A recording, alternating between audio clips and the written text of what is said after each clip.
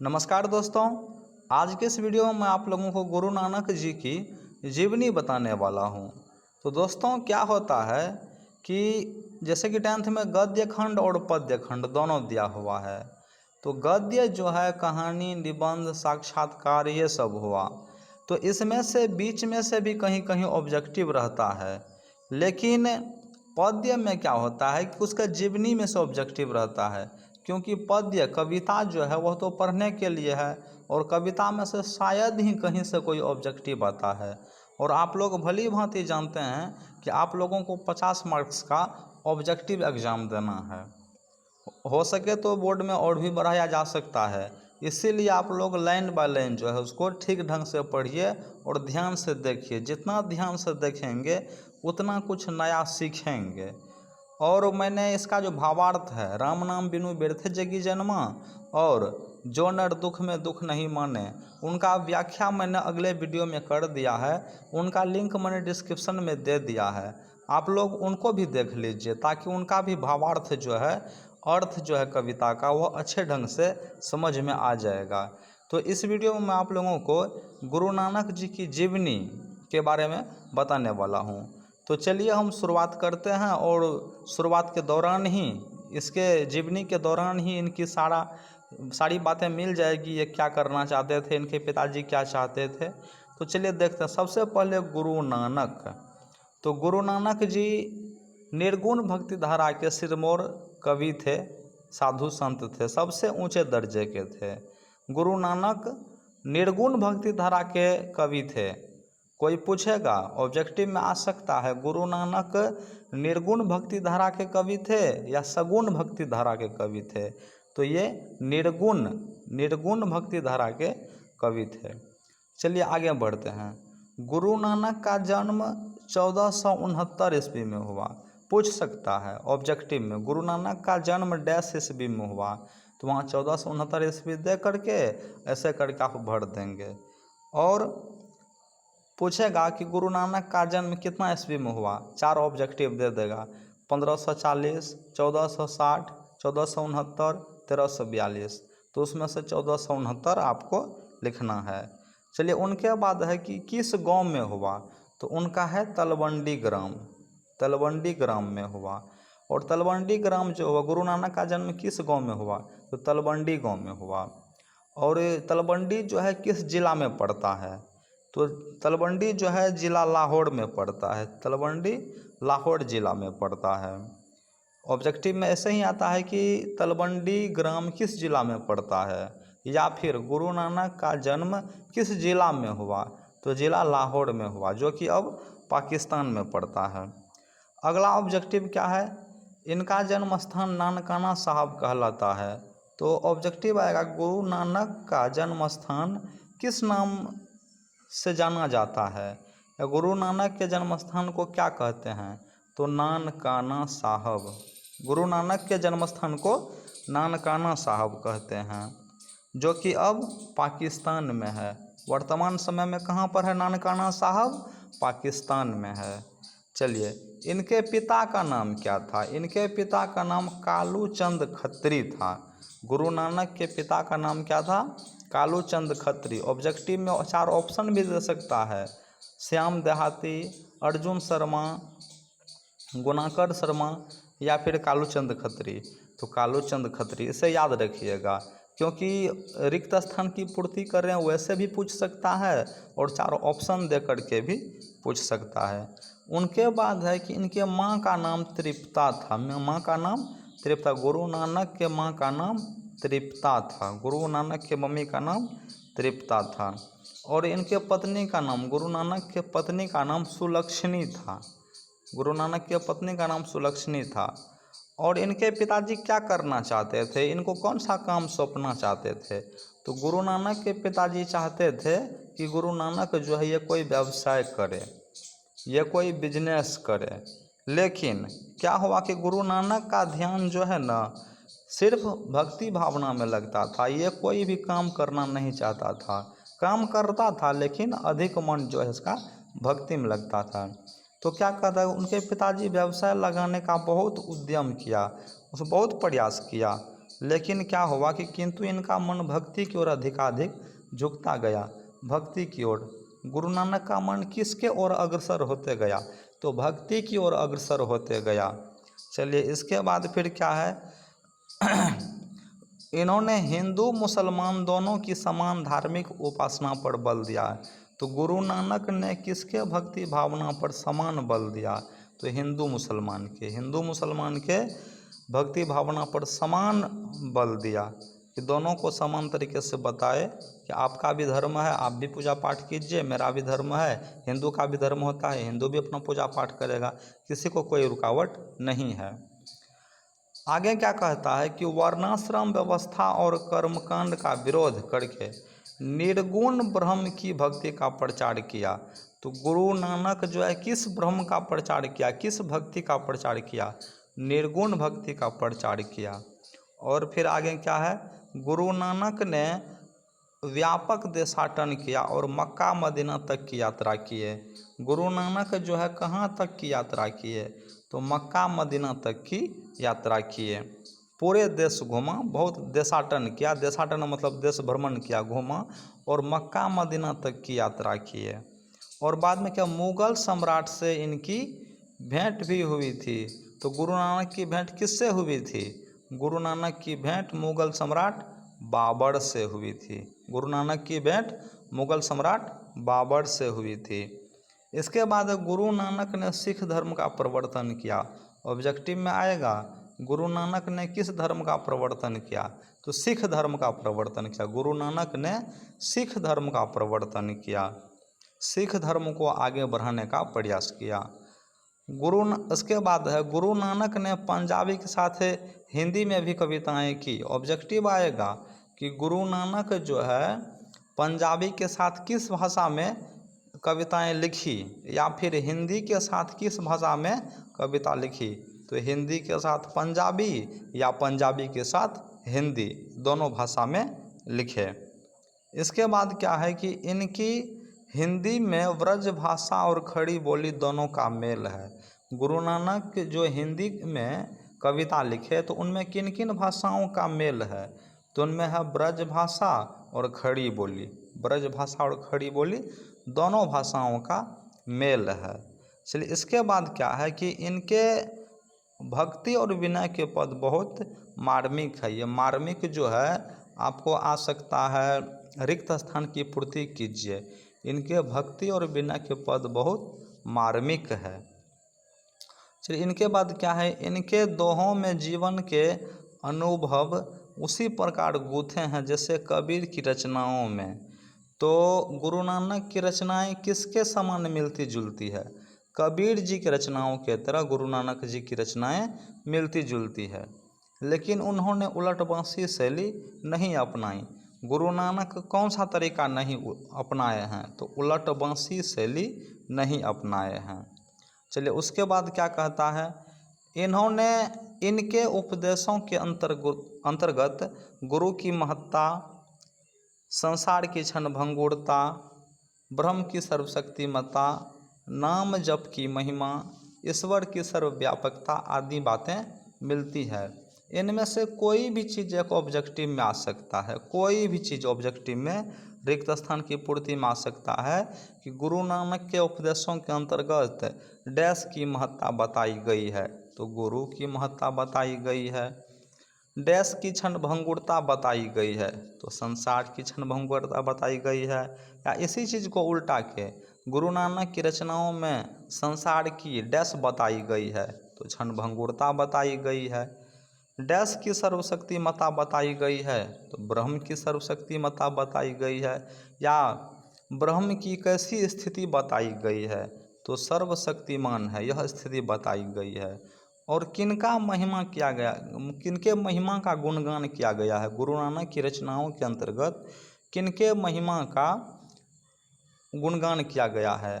तो ये नाम जप के महिमा का, ये जो है नाम जप, यहाँ पर है नाम जप की महिमा का वर्णन किया गया है, नाम को जपा गया है। चलिए ईश्वर का नाम लेने के लिए कहा गया है। उसके बाद क्या है कि इनकी रचनाओं का संग्रह सिखों के 5वें गुरु अर्जुन देव ने। सिखों के 5वें गुरु कौन थे? यहाँ पूछा जाएगा सिखों के 5वें गुरु कौन थे? तो अर्जुन देव थे। सिखों के 5वें गुरु अर्जुन देव थे। और कितने ईस्वी में जो है संग्रह किया था? तो 1604 ईस्वी में। गुरु नानक क्या कहता है? गुरु अर्जुन देव ने सन 1604 ईस्वी में, आगे से पढ़ते हैं, इनकी रचनाओं का संग्रह सिखों के 5वें गुरु अर्जुन देव ने सन 1604 में किया, जो गुरु ग्रंथ साहिब के नाम से प्रसिद्ध हुआ। तो सिखों के 5वें गुरु कौन थे? अर्जुन देव थे। यह गुरु नानक के रचनाओं को कितना ईस्वी में एकत्रित किए, संग्रह किए? 1604 ईस्वी में एकत्रित किए। और उनके बाद एकत्रित करके किस नाम से उसे प्रकाशित किए? तो गुरु ग्रंथ साहिब के नाम से प्रकाशित किए। गुरु नानक जी के रचनाओं को अर्जुन देव ने एकत्रित किया, गुरु अर्जुन देव ने एकत्रित किया 1604 ईस्वी में, और उसे गुरु ग्रंथ साहिब के नाम से प्रसिद्धि प्राप्त करवाया, उसका प्रकाशित करवाया गुरु ग्रंथ साहिब के नाम से। अब आगे क्या है? गुरु नानक की रचनाएं में हैं। अब गुरु नानक की रचनाएं कौन कौन सी हैं? तो जपू जी, आशा दीवार, रही रास, सोहिला, ये सब जो है गुरु नानक जी की रचनाएं हैं। इतनी रचनाएं हम लोगों को मिलती है पढ़ने के लिए। अब है पढ़ने के लिए सिर्फ 10th में सिलेबस में बस एक ही है कि जो राम नाम बिनु व्यर्थ जगी जन्मा, लेकिन इतनी किताबें हैं उनके पास, प्रकाशित हो चुकी है, बिहार बोर्ड के पास है, सॉरी।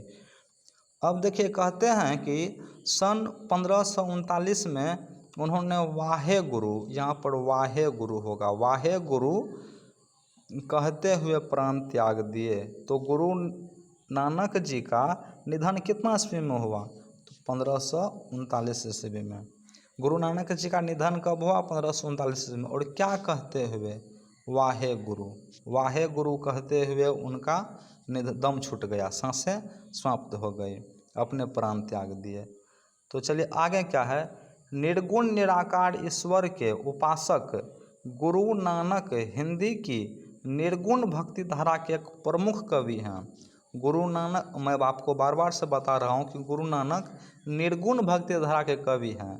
इसके साथ ही आप यह भी जान लीजिए कि जैसे कि तुलसीदास हैं, तो तुलसीदास सगुण भक्ति धारा के कवि हैं, लेकिन गुरु नानक जी जो हैं निर्गुण भक्ति धारा के कवि हैं।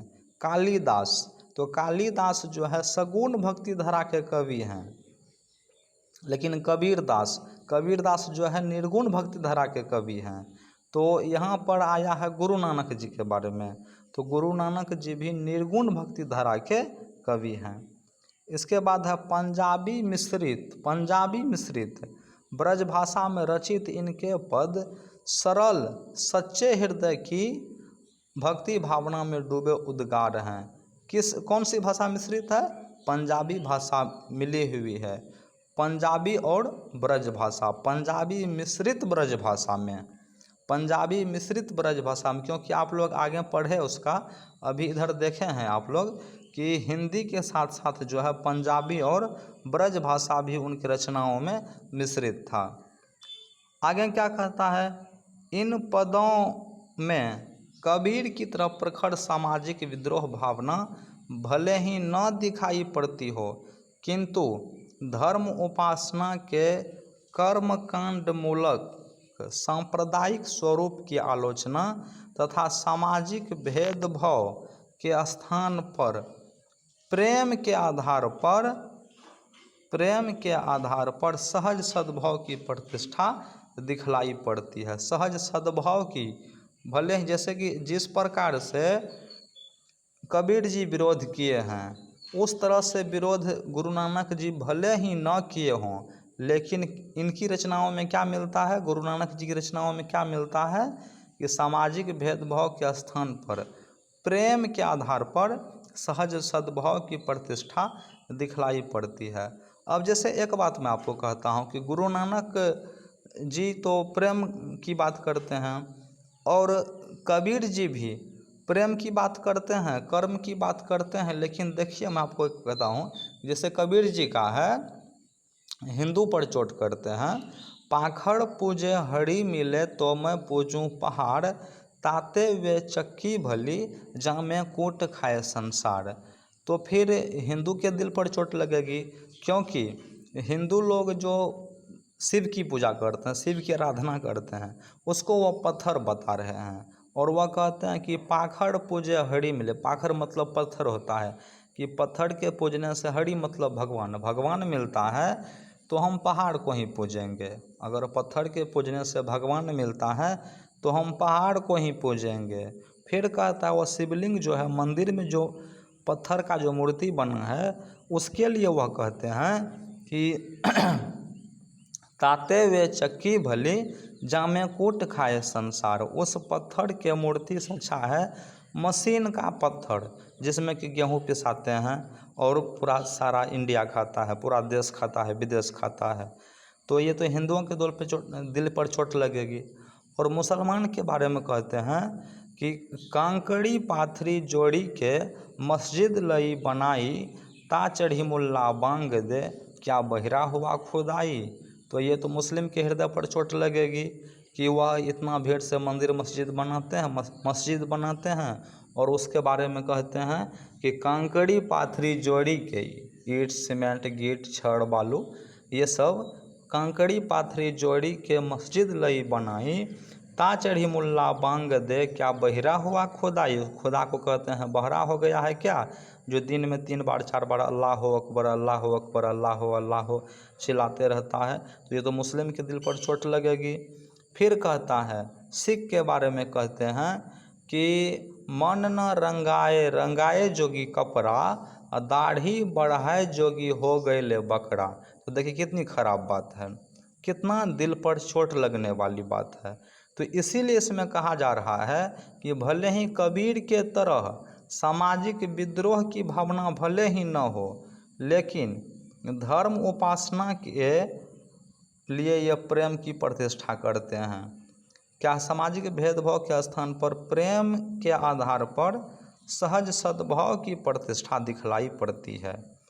आगे क्या है, नानक के पद वास्तव में प्रेम एवं भक्ति के प्रभावशाली मधुर गीत हैं। ये मधुर गीत के समान है, मीठे रस का गीत के समान है। यहाँ नानक के 2 पद ऐसे महत्व पद प्रस्तुत है। तो ये ऑप्शन में आ सकता है, ऑब्जेक्टिव में आ सकता है कि गुरु नानक जी के कितने पद आपके सिलेबस में, आपके पाठ्य पुस्तक में है। तो 2 पद है। गुरु नानक जी के कितने पद हैं, तो 2 पद आपके सिलेबस में है, पाठ्य पुस्तक में पढ़ने के लिए हैं। अब प्रथम पद में क्या कहता है, प्रथम पद में बाहरी वेशभूषा,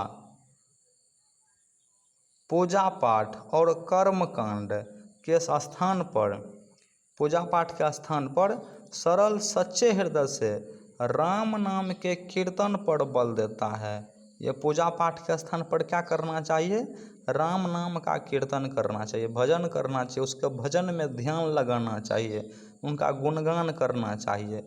ये कर्मकांड क्या हुआ, कर्मकांड हुआ जैसे कि कोई फूल धूप दीप अक्षत चंदन अगरबत्ती चढ़ाते हैं दिखाते हैं, तो यह हुआ कर्मकांड, बाहरी दिखावा ये हुआ। लेकिन अगर सरल सच्चे हृदय से राम का नाम लेते हैं, सच्चे हृदय से अगर राम का नाम लेते हैं, तो यह तो हृदय से उसकी पूजा आराधना हुई ना। तो इसीलिए कहते हैं कि राम नाम के कीर्तन पर बल देता है, क्योंकि नाम कीर्तन ही सच्ची अस्थाई शांति देकर व्यक्ति को इस दुख में जीवन के पार पहुंचा पाता है। क्योंकि सच्चे हृदय से जो भजन का ईश्वर का गुणगान करते हैं, भजन करते हैं, नाम लेते हैं ईश्वर का, वही सच्ची और अस्थाई शांति देकर जीवन में पूर्ण रूप से शांत करके उस व्यक्ति को इस दुख में जीवन के पार पहुंचा पाता है। उसका जीवन का जो दुख है हर के उसे शांति मिलती है। आगे क्या कहता है, द्वितीय पद में क्या है, द्वितीय पद में है सुख दुख में एक समान, सुख दुख में एक समान उदासीन रहते हुए, सुख दुख में एक समान उदासीन रहते हुए मानसिक दुर्गुणों से ऊपर उठकर अंतःकरण की हृदय की निर्मलता को हासिल करने पर जोर दिया गया है। यहाँ पर कहा गया है कि सुख दुख तो हमेशा आएगा, तो सुख में ज़्यादा हंसना नहीं है, दुख में ज़्यादा रोना नहीं है। सुख दुख में उदासीन होकर एक समान होकर, ना सुख का टेंशन, ना सुख में मौज करना है, ना दुख में रोना है, तो उदासीन वही हुआ। और मानसिक दुर्गुणों से ऊपर उठकर मन में जो एक विकार पैदा हो जाता है, मन में जो खराब बुद्धि पैदा हो जाती है कि ईश्वर हमको दुख दे दिया है, ऐसी बुद्धि नहीं लानी चाहिए, क्योंकि दुख सब दिन के लिए रहने वाला नहीं है।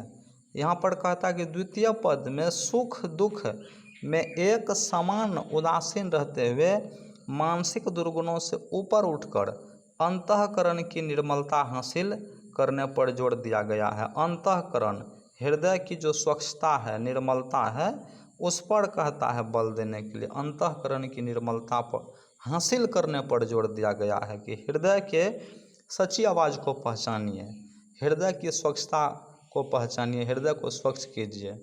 अंत में है संत कवि गुरु की कृपा प्राप्त कर, संत कवि गुरु की कृपा प्राप्त कर। इस पद में गोविंद से एकाकार होने की प्रेरणा देते हैं।